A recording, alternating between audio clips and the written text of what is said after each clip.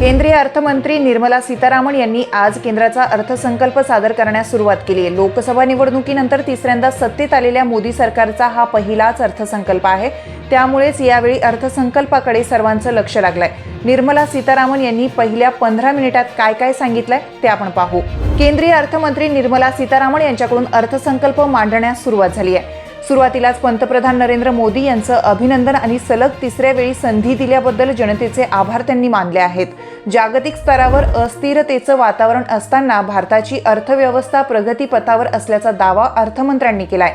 अन्नपदार्थ वगळता अन्य वस्तूंची महागाई थोपवण्यात यश आल्याचा दावाही त्यांनी केलाय। अर्थमंत्री म्हणाल्या, सरकारची गरीब कल्याण योजना वैशिष्ट्यपूर्ण आहे। आतापर्यंत 80 कोटी लोकांना मोफत अन्नधान्य वाटप करण्यात आलंय। या योजनेला यावर्षी मुदतवाढ देण्याची महत्त्वाची घोषणा करण्यात आली आहे। अर्थमंत्री म्हणाल्या, गरिबांचं कल्याण हेच सरकारचं उद्दिष्ट आहे।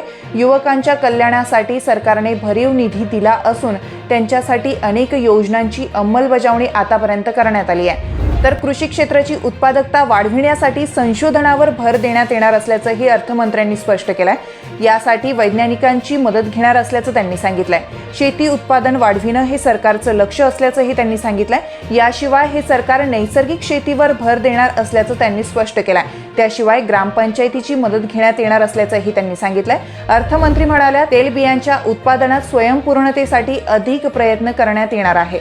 सहकार क्षेत्राच्या माध्यमातून तेलबियांचं उत्पादन नागरिकांपर्यंत पोहोचविण्याचे प्रयत्न करणार आहे। अत्याधुनिक तंत्रज्ञान वापरून शेतकऱ्यांना अधिक सक्षम करणार असल्याचंही त्यांनी सांगितलंय। अर्थमंत्री म्हणाल्या, आतापर्यंत 6 कोटी शेतकऱ्यांच्या माहितीचं डिजिटायझेशन करण्यात आलंय।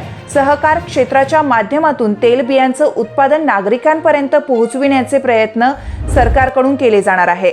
यावर्षी शेती आणि संलग्न क्षेत्रासाठी 1.52 लाख कोटींची तरतूद करण्यात आली आहे। त्यातून शेतकऱ्यांचा सगळा डाटा प्रगत करण्यात येईल। शेती ग्लोबल करण्यावर भर देण्यात येणार आहे।